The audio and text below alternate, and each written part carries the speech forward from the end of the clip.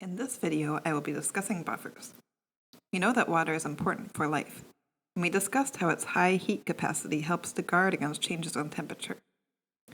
Another change that is important for living systems to avoid is a change in pH. In order to guard against pH changes, we need a buffer. Over the course of the video, I'll discuss what a buffer is and why buffers are important in biochemistry. I'll then discuss some quantitative aspects related to buffers, including what is pK, how we know if a solution will serve as a buffer or not, and how buffers are prepared in the laboratory.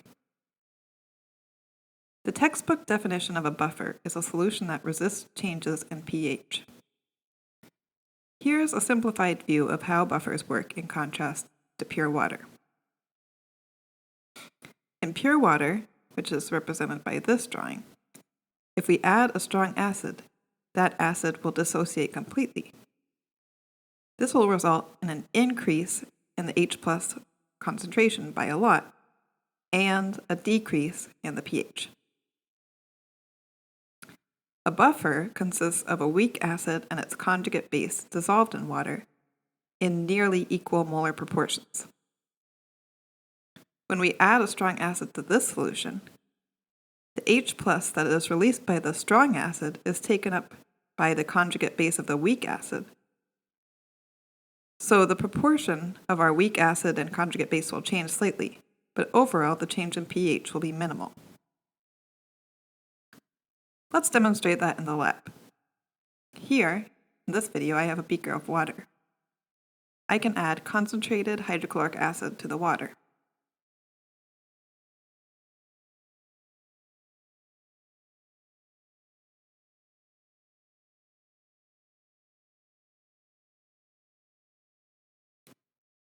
When I do so, there's an immediate and large change in the pH.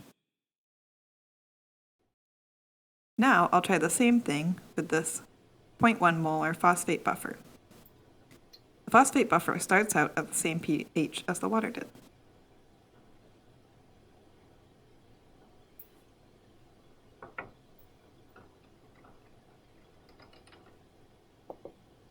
When I add the same amount of concentrated hydrochloric acid, the change in pH is so minimal that it doesn't even register on the meter.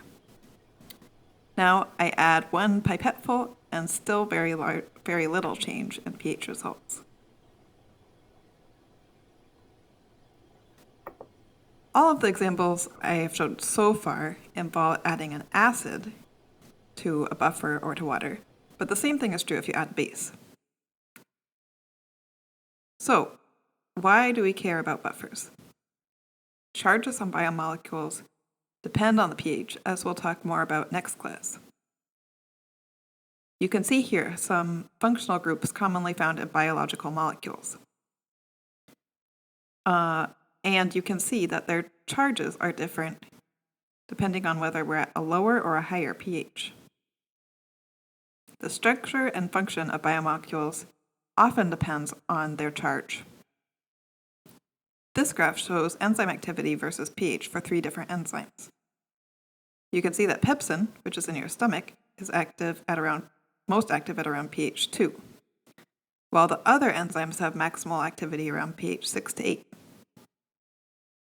Another example is RNA, which can actually break apart if the pH gets too low. Because structure and activity depend on pH, virtually all biological fluids are buffers, including saliva, blood, and the cytosol. When we're working in a biochemistry laboratory, we make up buffers that approximate those of biological systems so that we can keep any biomolecules in their active and correctly folded state. Now we'll take a slight detour to talk about pKa. Remember that Ka, or the acid dissociation constant, is defined using the equation shown. The Ka is fixed or constant for any particular acid. An acid that has a Ka of 10 to the minus 1 is stronger than one that has a Ka of 10 to the minus 7 because a larger number indicates more dissociation or a larger numerator. pKa is the negative logarithm of the Ka. Let's compare our two acids. Remember that the log and the base 10 exponent are inverse functions, so they essentially cancel each other out and we are left with the exponent. Because of the negative sign, our pKa's are 1 and 7. So, a stronger acid has a lower pKa. Like Ka, the pKa is a constant for any particular acid. How does this relate to buffers? Well, we need a way to determine whether a particular weak acid will serve as a buffer at a particular pH. To do that, we can use this wonderful equation, which is the Henderson-Hasselbalch equation. You might remember it from general chemistry. It relates pH to pKa and our concentration of weak acid and conjugate base. I will go through the derivation of this formula at the end of this video. It's quite straightforward, but not something that you need to know for exams in this class. In a buffer, we want the concentration of the weak acid and the concentration of the conjugate base to be about equal. When they are exactly equal, the log of the concentration of conjugate base over conjugate acid equals 0, and so the pH will be equal to the pKa. To see why we want the acid and base concentrations to be about equal, let's go back to our pictures. In our earlier example, we had equal amounts of our conjugate acid and base pair dissolved in the water. When we added the strong acid, the conjugate base became protonated, so free H+ was not generated. Now let's see what happens if we have much more of our weak acid than the conjugate base. In this case, when we add our strong acid, there's not enough conjugate base present to compensate, and so the pH decreases. A general rule of thumb is that we want the pKa of the acid that we use for our buffer to be within 1 unit of the desired pH. So, for example, acetic acid has a pKa of 4.75, so it can serve as a buffer from pH 3.75 to 5.75. Finally, we'll discuss how buffers are prepared. We'll get into some quantitative examples, but the most important thing to understand is the concept and how to check if you end up with a reasonable answer. The first thing we need to know is that when we're given a concentration for a buffer, this refers to the concentration of the conjugate acid and base together. So if we're to make a 1 molar phosphate buffer, this is the total concentration of all phosphates in the solution, whether they're in an acid form or a base form. There are 2 main ways to make buffers in the lab. The first way is to mix together the amounts of the weak acid and conjugate base that you need, which you can calculate using the Henderson-Hasselbalch equation. The second way is to add only the weak acid or the conjugate base, and then add a strong base or acid to it to get the buffer that you need. Here's an analogy. It's pretty bad, so if you think of a better one, you can tell me about it, and I'll use it next time, and you'll get a bonus point. But anyway, here it is.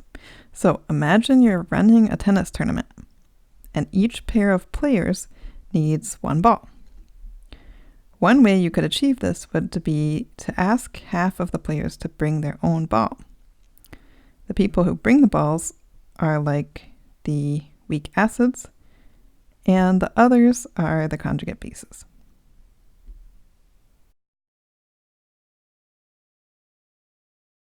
Another way would be you could bring all of the balls yourself and hand them out to half of the players.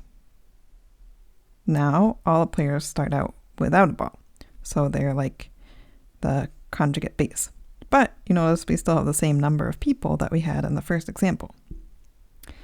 Then you're acting like the strong acid and handing out the balls, or protons, to half of the players. So in the end, we get the same result. We still have 1 ball for every 2 players.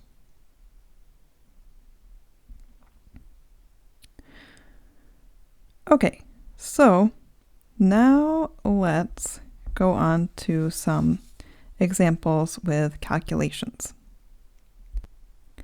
In this example, we're going to want to use the Henderson-Hasselbalch equation to calculate our concentrations of acid and base in solution when we make a buffer. So here's a question. In a 0.1 molar tris buffer, pH 7.8, what are the concentrations of the acid and the conjugate base in the buffer? The pKa of tris HCl is 8.1. So we'll be using the Henderson-Hasselbalch equation, like I mentioned. But the problem is we don't know the concentration of the acid or the base. So we need to calculate both of these. And if you remember from algebra, if you have two unknowns, that's kind of a problem. And you need a second equation to relate those unknowns.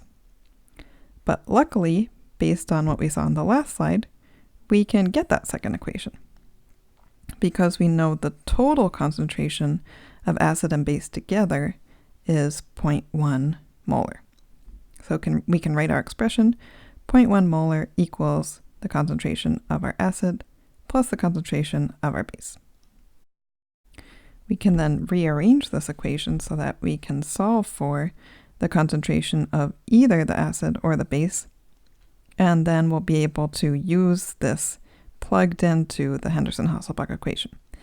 And here I'm writing it 0.1 molar minus our conjugate base equals the concentration of weak acid, but it doesn't really matter which way you do it. Okay, then the next thing we want to do before we start plugging things in is to think about the answer that we expect to get. This is always a good thing to do to check at the beginning and at the end, because as I said before, the most important thing is that you understand the concepts. So if you get a wrong answer, but you can explain why you know it's the wrong answer, that will give you far more partial credit than if you get a wrong answer and don't realize it's wrong. So in this question, our pH is less than our pKa. This means we can expect to get a concentration of conjugate acid, weak acid, that's greater than a conjugate base. Why is this? Well, there's a few different ways that you can think about it. The one that I use, and I do every time I have a question like this, I always have to think in my head which way it is, because it's one of those things that's a little bit confusing. But I think about it in terms of the equilibrium. So we can think about our weak acid dissociating into the conjugate base and H+. Of course, and I didn't mention this earlier, but we should know that H+ does not really float around by itself. It's going to be picked up by water, but we can ignore that safely.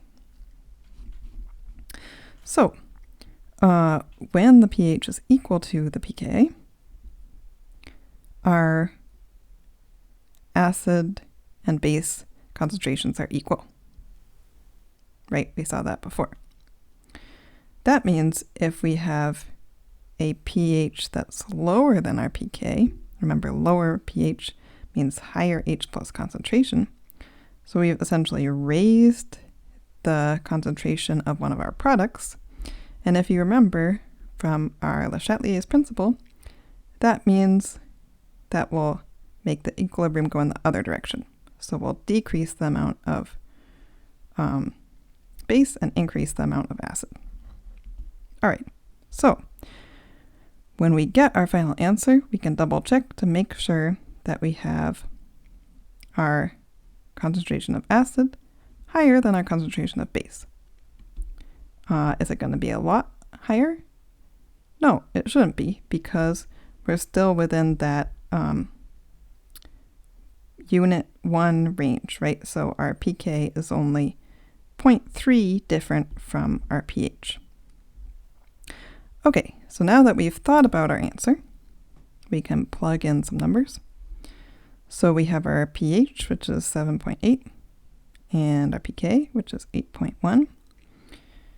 And then plus the log of our conjugate base over our expression for the acid, which is 0.1 molar minus the conjugate base concentration. All right, so now we're just going to solve for our variable, which is our concentration of conjugate base. So we can subtract 8.1 from both sides.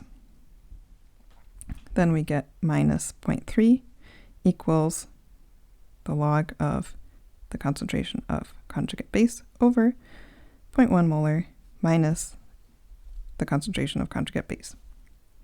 So now we need to get rid of that log. So remember, the inverse of a log is raising 10 to the power of something.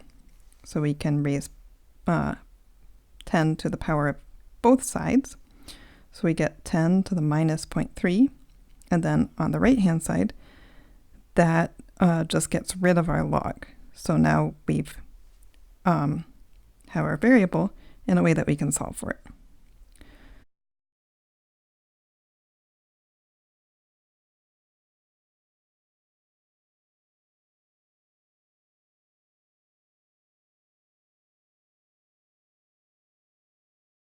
So then we'll multiply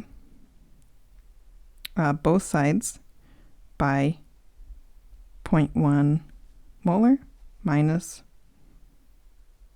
the conjugate base concentration. And we can multiply that through.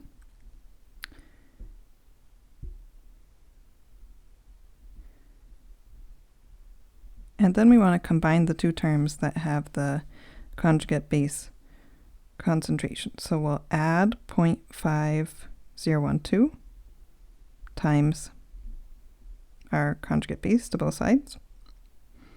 And remember that that's, even though we have the A minus on the right-hand side, that's equal to 1 times our conjugate base. So we'll get 0.05012 equals 1.5012 times the conjugate base concentration. Then to finally solve, we can divide through by 1.5012. And that gives us our conjugate base concentration of 0.0334 molar. All right, so that is the concentration of conjugate base in our buffer. Now, to get our concentration of the acid, we'll just subtract that from 0.1 molar. And that gives us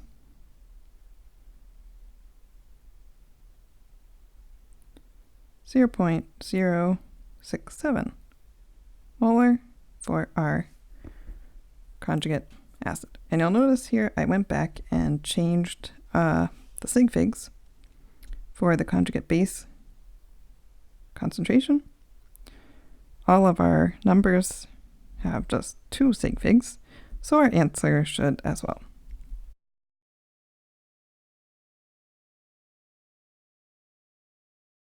Okay, so now we have another problem. This one's a little bit more tricky. This one says, how would you make 2 liters of a 0.1 molar tris buffer, pH 7.8, from 1 molar tris base and 1 molar HCl? So this problem has the same pH and buffer system from the last problem, which means we can use the calculations from the Henderson-Hasselbalch equation that we did last time. So we don't have to redo those. But this is a little bit more tricky because it's not just asking us to calculate the concentrations, it's asking us how we would make it. Also, in this case, we only have the tris base and HCl. So we have our conjugate base of our weak acid, but we have a strong acid instead of our weak acid that we have to use. So this is like our second example where all of our tennis players start without their tennis balls, and then we have to add in the number that we need. So in a problem like this, the first thing I would suggest is converting to moles. And that's because if we happen to have things of different volumes or different concentrations, then we could end up with an incorrect answer if we don't convert to moles. Molarity equals moles per liter. So we can just multiply the molarities that we found last time by 2 liters to get the moles of our acid and base. And then the total moles will be those two numbers added together.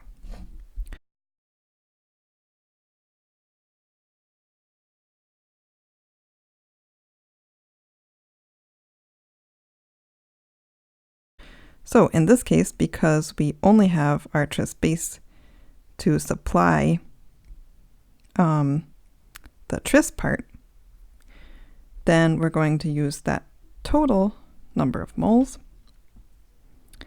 as the amount of tris base that we're starting with.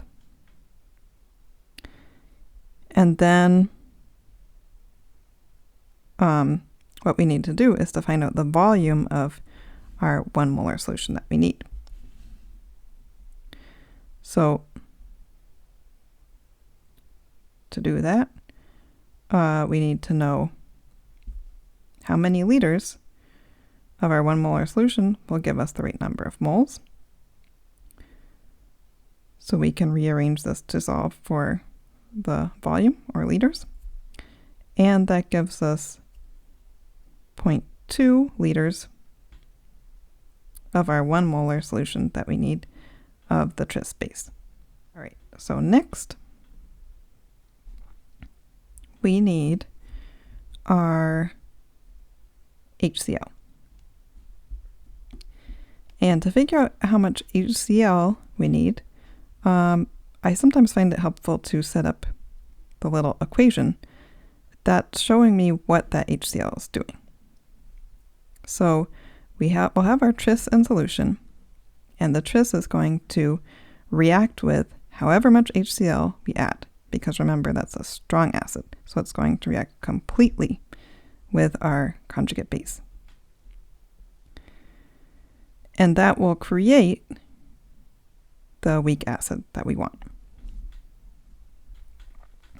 So we know we're starting with 0.2 moles of tris, and we're starting with 0 moles of tris HCl, and we want to know how much HCl, in this case moles, right? We always want to do this part in moles. We need to get our final concentrations of the acid and base that we calculated in the Henderson-Hasselbalch equation. So that would be 0.134 for our tris HCl, 0.0066 moles for our tris, and because the HCl reacts completely, we should have 0 moles of that at the end. Because these react in a 1-to-1 ratio, which will always be true for the problems that we're doing, that means the amount of moles of HCl that we need to add are the same as the moles of tris HCl that we need to end up with. So it's actually pretty straightforward, right? So if we want 0.134 moles of our weak acid at the end, that's the number of moles of our strong acid that we should add. Okay, so just like we did before, we can figure out the volume of our 1 molar HCl that we need, and it's going to come out to be 0.134 liters, or if we are paying attention to sig figs, 0.13 liters.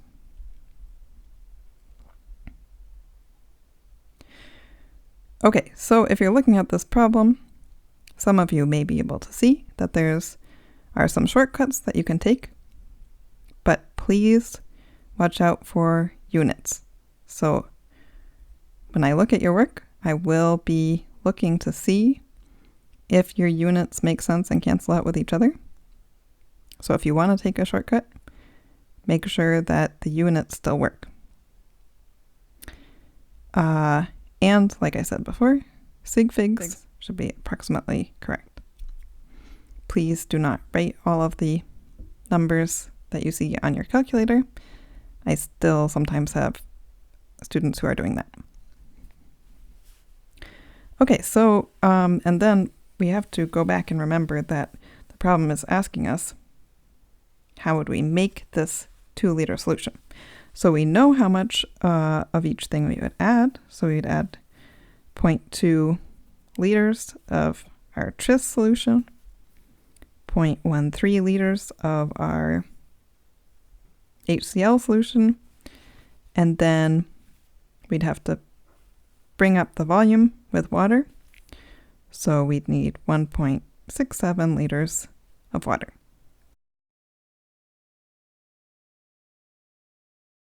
So now that we've seen how buffers are useful in biochemistry and the types of calculations that we'll do in this class to calculate how to prepare buffers, let's go through the derivation of the Henderson-Hasselbalch equation, which is our favorite buffer equation in biochemistry. So to do this, we're going to start with our formula for Ka, which is the concentration of H plus times concentration of conjugate base over concentration of our acid. Now remember, the pH equals minus log of our H plus concentration, and pKa equals minus log of the Ka. So the first thing that we want to do is to get the log in there. So we're going to take the log of both sides. That gives us the log of Ka on the left and the log of these concentrations on the other side. Now we want to get the log of H plus out so we can get that to be the pH in our final equation. To do that, we have to use some of our fancy log rules. This one is, if you have the log of two things that are multiplied together, you can separate that into the log of the first thing plus the log of the second thing. So in this example, we have log of 4 times 5 is equal to the log of 4 plus the log of 5. So we can use that to separate out the log of concentration of H plus. So now we'll get log of Ka equals log of the concentration of H plus the log of the concentration of conjugate base over acid. So we're almost there. We just want to get negative signs in front of our log of Ka and the log of concentration of H plus. So we'll do that by switching the sides of those two on the equation. So we'll get minus log of H plus equals minus log of Ka plus the log of the concentration of conjugate base over acid. Now, this minus log of concentration of H plus, that is the same thing as pH. Minus log Ka is the same thing as pKa.